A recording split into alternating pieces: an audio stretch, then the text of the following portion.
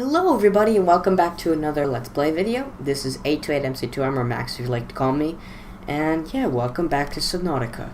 So this is episode 4, and in today's episode what we're going to be doing is we're going to be getting a few more things. And also maybe start exploring the area. And what I think we're going to do first is get some water, because I'm starting to get dehydrated. And I already have 2 salt deposits, and basically one easy hack or life hack in Subnautica to get water. See? One life hack in Subnautica to get water is to get salt and to get coral shell samples. So these giant coral tubes, just cut and you'll get some. So now what we're going to do is we're going to go back to the fabricator in the life pod, and we're going to create something called bleach. And bleach can be turned into disinfectant water. See? Look, bleach. So I'm going to make a few of these bleach. Chemical used for cleaning wounds and purifying water. Preparing the day's water ration ahead of time will help ensure against dehydration and eventual death. And if you make bleach, you can make 2 disinfected water that gives double the amount of, actually triple the amount of regular water level. So if I just take this, then I'm all good for pretty much the rest of the day. And actually, let's see if the medkit is good. Yeah. So now we can get a medkit, and we can use that, and now we've healed ourselves. So now we have almost full health. Next thing I'm going to do is I'm just going to... Oh, we've never scanned a whole fish before. What's this dude? Ah, a whole fish. Okay. Well, that's a whole fish. And I'm actually going to take a few different fish out here, because I'm also a little bit hungry at the moment in the game. And so right after we fix our appetite problem in-game, we're going to go explore the mushroom forest and see if we can scan a few Altera items that came off of the ship, Aurora, and see if we can make a few new parts of vehicles or something like that. Alright, so now that we're fully situated with our hunger, health, and water, and oxygen levels, I think it's time to go over to the mushroom forest. Actually, you know what? We have 1 piece of silver ore, and there's one thing I forgot to make. I want to see. What do we have on me? We have a lot of titanium. We have 1 silver. I want to make a compass right now. And the way you can make a compass is with a wiring kit and something else. I don't remember what else. But I should say it down here somewhere. Let's see. Compass, copper wire, and a wiring kit. Well, copper wire is 2 copper, and a wiring kit is 2 silver. So we have 1 copper and 1 silver. So let's hunt down some copper and some silver. Well, that was 1 copper. And now we need to head over closer to the kelp forest over here and get some silver, because I know the kelp forest usually contains the sandstone outcrops, which usually lead me to get some of those silver pieces. And one way you can do that is to go into the caves of these areas. Looks like there's none around here, which is too bad. What's in here? Oh, it's a sea glide fragment. I'm not going to scan that right now because I don't need it. I'm actually just going to take some extra minerals from around this area, see if there's anything that needs to be taken.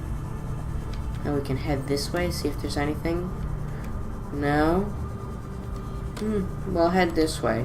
There's more of this kelp forest over here, so it looks like there's more. I'll cut ahead to when I find a sandstone. Alright, here's a sandstone. Please be. Oh, it's lead. Well, let's find another one. Alright, so found a big wreck around here, and I'm wondering again if we can scan a few things. Oh, we got the bioreactor already. And we need to get in there using a laser cutter, which we'll get later. So, maybe just scour the area for different things. Nothing so far. Oh, hey, look, we found Life Pod 17 again. That's the one where we found our first Seamoth fragment. Interesting. So let's see, maybe around here? What's in here? Oh, this is a cave. Grassy Plateau's cave. Ooh, maybe we find some stuff in here. Oh, these are the drooping stingers. These guys are very poisonous. do not want to get on the wrong side of them. And now that we're in here, actually... Ooh, what's this? It's a sandstone outcrop. Yes, we have silver ore. Alright, so now we can go back and we can build what we need to. Alright, so let's head back to the life pod now that we're pretty much finished with what we need to do. And what I'm going to do is I'm going to build another battery for my Sea Glide because it's running out of charge extremely fast. And the way you can do that is with, you know, acid mushrooms and copper. And now we're out of power. Oh, that's too bad. At least we have fins so that we can swim the rest of the way. And actually, maybe we can swap this battery right here, and we can just use this for a second. Alright, so we're back at the life pod. Let's see. Okay, so we have 2 copper. Let's make 1 copper wire. And let's also make 1 wiring kit. And now let's go down here into the equipment and make a compass. Alright, so now we should have a compass like right over here. I'm going to put it over here because I like it over here. I'm going to drink some water, and I think we're going to drop off a few things in this little storage crate over here. Now, the next thing I'm just going to do is I'm just going to create some glass quickly, just so that we can speed up the process later when getting a high-capacity O2 tank. And then I think we're going to head off, and we're going to actually go explore the mushroom forest, which is a very, very cool area. Oh, and look, now we have a new med kit. So that actually works good for us in our favor.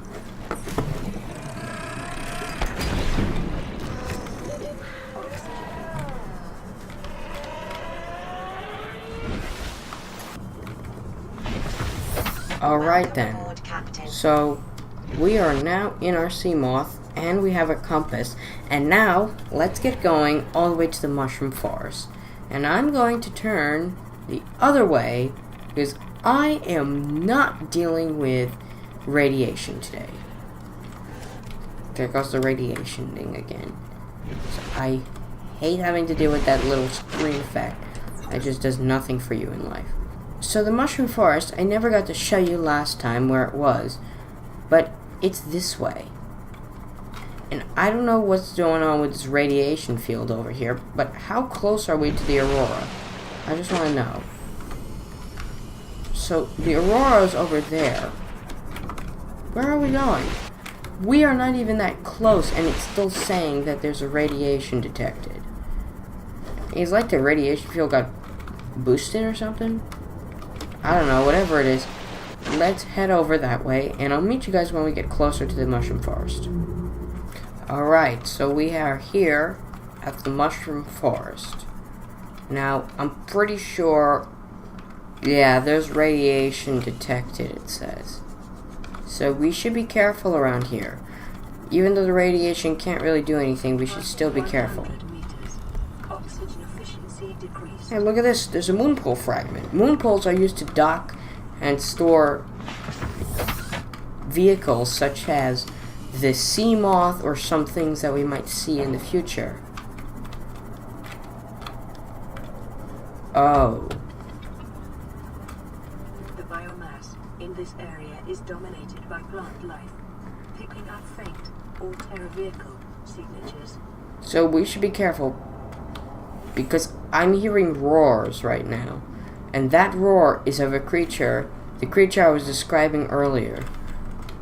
I think I'm just going to save the game right now, because that's something I don't want to deal with.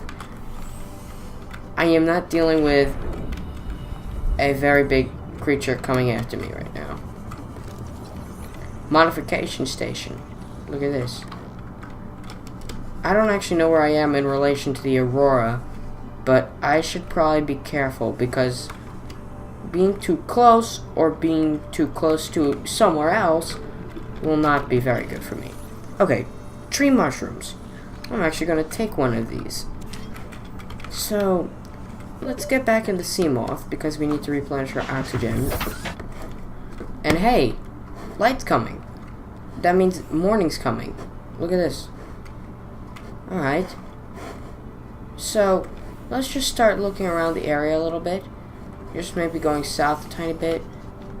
I don't actually know what is this way. Oh, that's the bulb zone.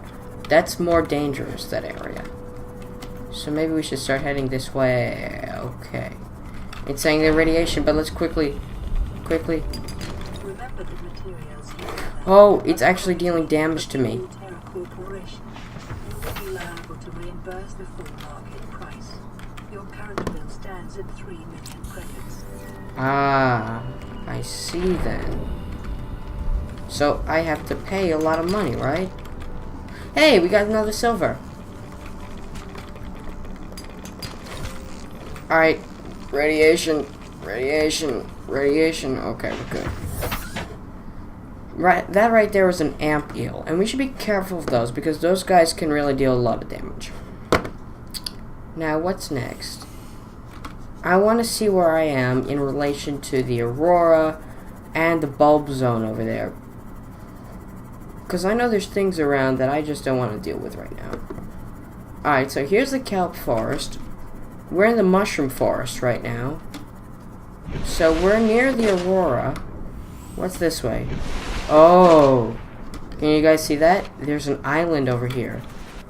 And there's creatures over there. And I can't get too close to the aurora or else the radiation comes back.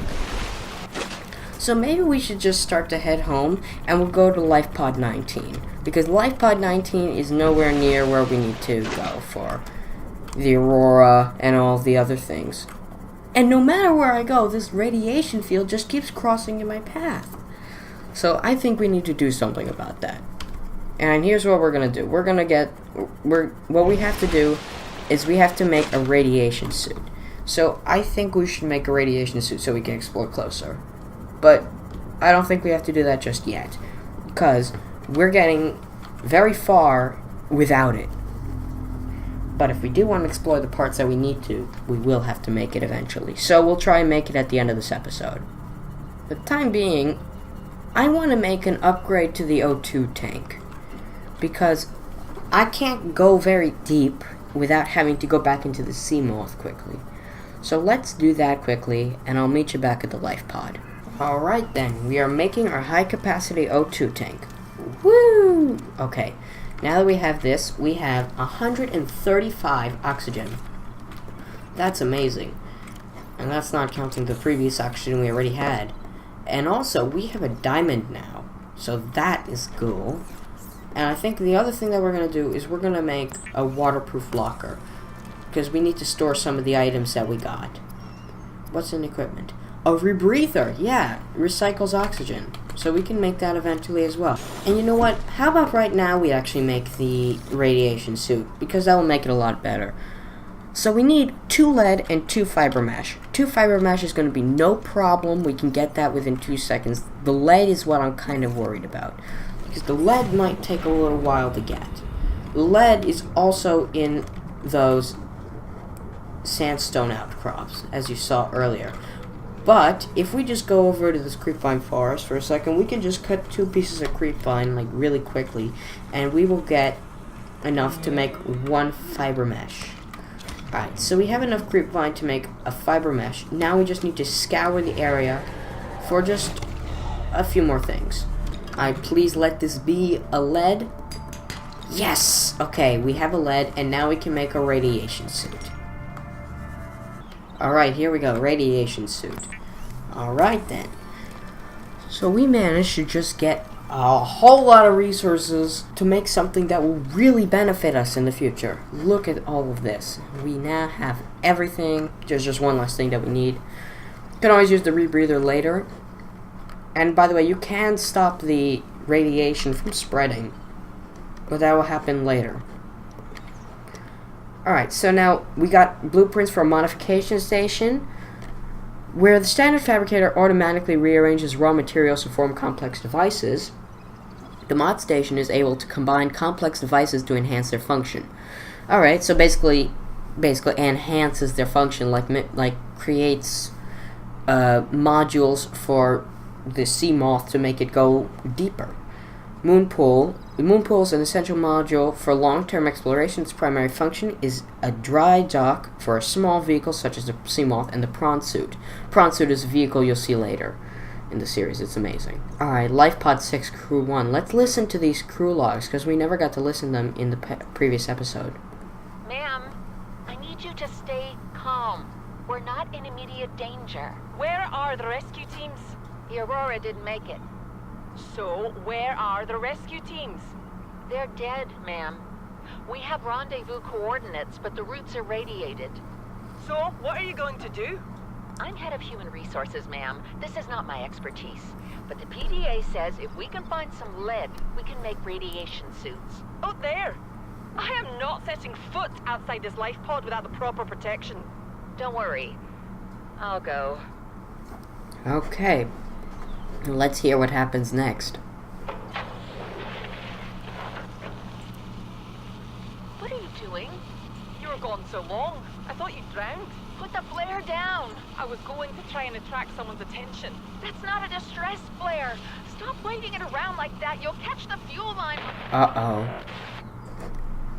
Oh no, she caught the fuel line. Oh, she caught the fuel line. I feel so bad for them.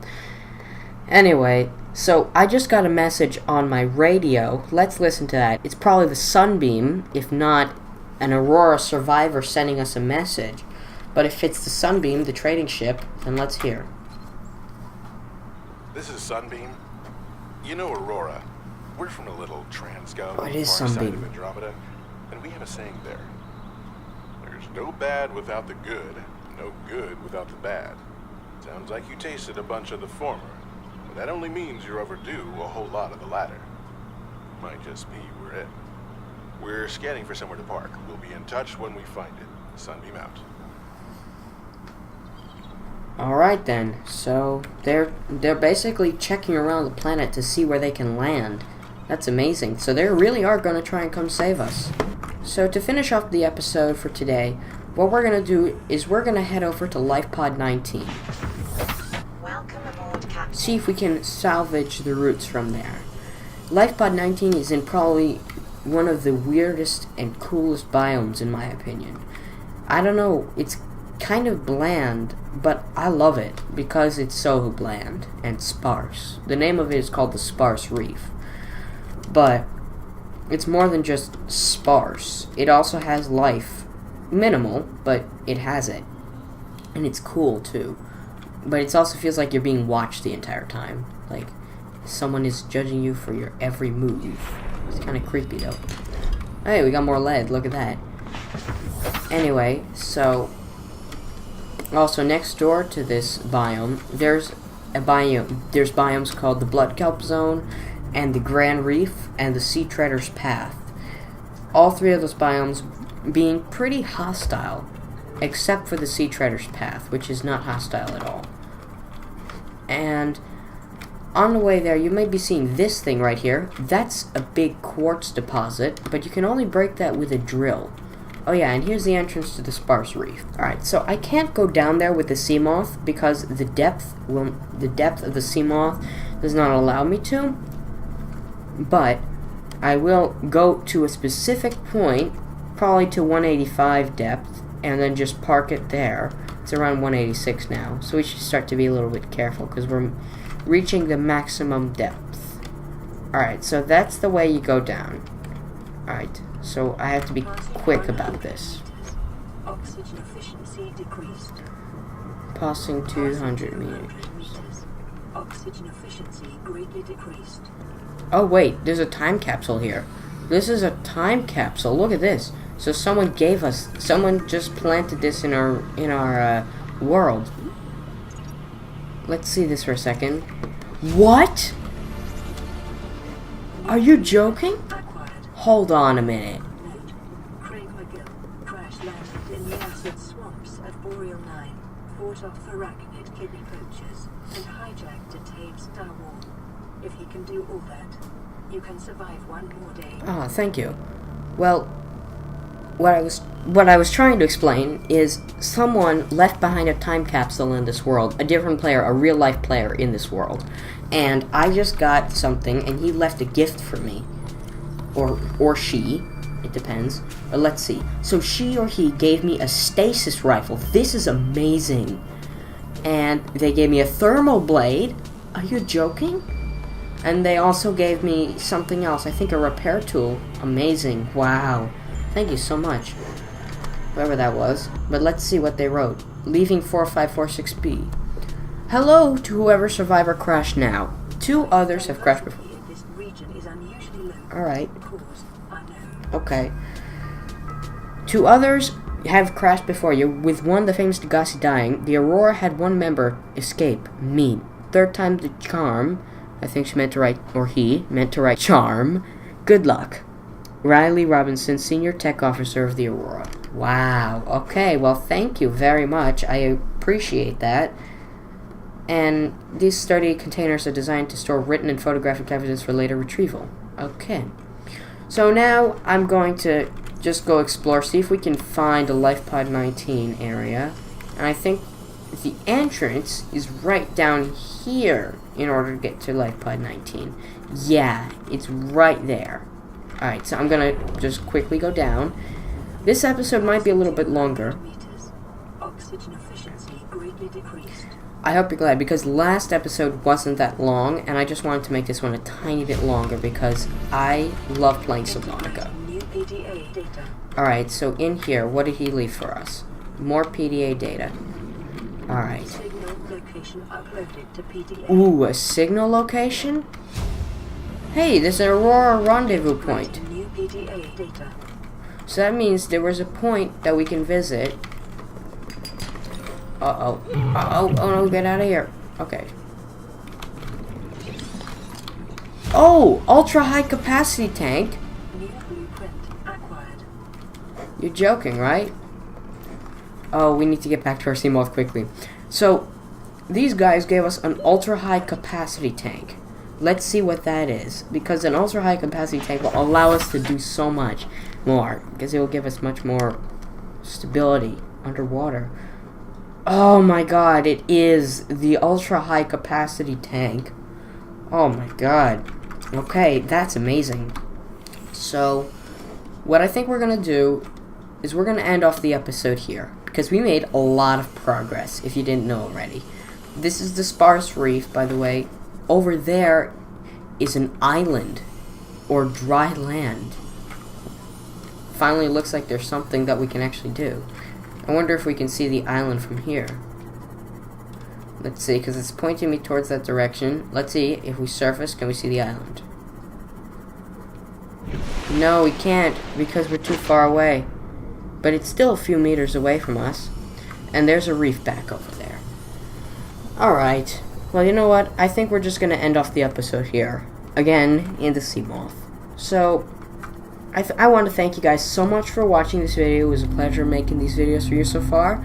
And leave a like if you enjoyed. And I will see you in the next Subnautica episode. Goodbye, everybody!